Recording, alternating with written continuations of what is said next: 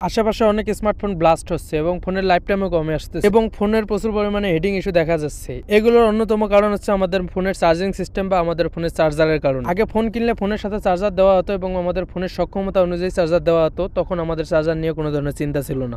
এখন যেহেতু কোনো ফোনের সাথে চার্জার দেন না, তাই আমাদের দুশ্চিন্তা শেষ নেই চার্জার নিয়ে। আমার ফোনের জন্য কোন চার্জার উপযোগী হবে বা আমার ফোনের জন্য কেমন চার্জার হবে, আমাদের ফোনের জন্য আমরা কি ধরনের চার্জার কিনতে পারি, এই সকল প্রশ্ন আমাদের সবার মনের ভিতরেই। আপনার ফোনের জন্য কোন চার্জারটি ভালো হবে এবং আপনার ফোনের জন্য কোন চার্জারটি উপযোগী, কোন চার্জার কিনবেন, এই সকল বিষয় নিয়ে আজকের ভিডিওটি মোটামুটি আলোচনা করব। আশা করা যায় আপনি আপনার ফোনের জন্য পারফেক্ট চার্জারটি চয়েস করতে পারবেন এই ভিডিওটি দেখার পর। চার্জার কেনার আগে সর্বপ্রথম আমাদের ফোন নিয়ে অবগত থাকতে হবে, অর্থাৎ আমাদের ফোন কত পরিমাণ ওয়াট নিতে পারে, ফোন কোম্পানি আমাদের ফোনের জন্য কত ওয়াট নির্ধারণ করা হয়েছে সেই বিষয়গুলো আমাদের জানতে হবে। আমাদের ফোন অনুযায়ী ওয়াট জানার পর আমরা সেই ওয়াটের একটি চার্জার নেওয়ার ট্রাই করব। তবে এর থেকে যদি বেশি ওয়াট থাকে সেটাও কোনো ধরনের সমস্যা হবে না। সাপোজ আমাদের ফোন যদি 33 ওয়াট সাপোর্ট করে, তাহলে আমরা যদি 50-60 ওয়াট চার্জারও নেই, সেক্ষেত্রে আমাদের কোনো ধরনের সমস্যা হবে না, কারণ আমাদের ফোনগুলো যত ওয়াট নিতে পারবে ঠিক তত ওয়াটই আমাদের ফোনকে দিবে, এর থেকে বেশি ওয়াট দিবে না। এরপর আমাদের খেয়াল রাখতে হবে আমাদের ফোনের ব্র্যান্ড অনুযায়ী চার্জার নেওয়া, অর্থাৎ আমাদের ফোন যেই ব্র্যান্ডের সেই ব্র্যান্ড অনুযায়ী চার্জার নেওয়া। যদি পান তাহলে তো আলহামদুলিল্লাহ পেয়েই গেলেন, আর না পেলেও আপনি ভালো ব্র্যান্ডের বা নাম করা কিছু ব্র্যান্ড আছে সেগুলোর থেকে আপনি নিতে পারেন। তবে দেখবেন ফাস্ট চার্জিং আপনার ফোন সাপোর্ট করে কিনা। যদি আপনার ফোন ফাস্ট চার্জিং সাপোর্ট করে তাহলে আপনি একটা ফাস্ট চার্জার নেবেন আপনার ফোনের ওয়াট অনুযায়ী বা তার থেকে একটু হাই ওয়াট অনুযায়ী। অবশ্যই আপনি খেয়াল রাখবেন আপনার ফোনের থেকে যেন চার্জারের ওয়াট কম না হয়। এরপর আপনি চেষ্টা করবেন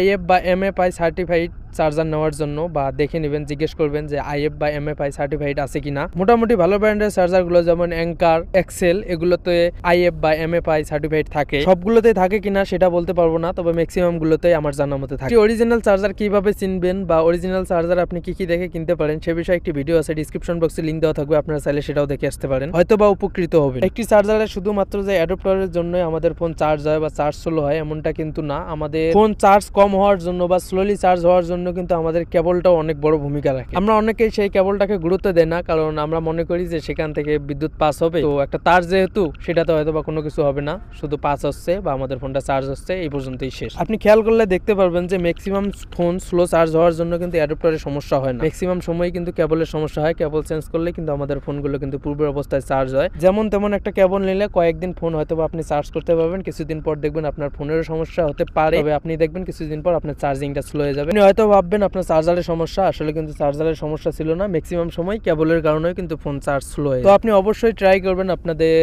ফোনের চার্জার অনুযায়ী একটা ভালো মানের কেবল নেওয়ার জন্য। নাইলন কেবল হলে তো আরো ভালো। এছাড়া আপনি অবশ্যই ট্রাই করবেন 5 এম্পিয়ারের উপরে যেন কেবলটা নিতে পারে, অর্থাৎ 5 এম্পিয়ারের উপরে যেন থাকে আপনার কেবলের ধারণ ক্ষমতা। 3 এম্পিয়ারও কেবল থাকে, তবে 3 এম্পিয়ার গুলো হয়তো বা আপনাদের ফোনকে অনেক স্লো চার্জ করবে। 5 এম্পিয়ারের উপরে চেষ্টা করবেন আপনার কেবলগুলো নেওয়ার জন্য। এরপর আপনি ওয়ারেন্টিটা দেখতে পারেন, অর্থাৎ এখন ম্যাক্সিমাম চার্জারে কিন্তু ওয়ারেন্টি দেওয়া হয়, তো ওয়ারেন্টি দেখে আপনি চার্জারগুলো পারচেজ করতে পারেন। আজকে ভিডিওটি এ পর্যন্ত। ভিডিওটি যদি একটু উপকার আসে লাইক করতে ভুলবেন না, চ্যানেলে নতুন হলে সাবস্ক্রাইব মাস্ট বি। দেখা হচ্ছে খুব শীঘ্রই পরবর্তী ভিডিওতে, ততক্ষণে সবাই ভালো থাকবেন, সুস্থ থাকবেন, খুদা হাফেজ।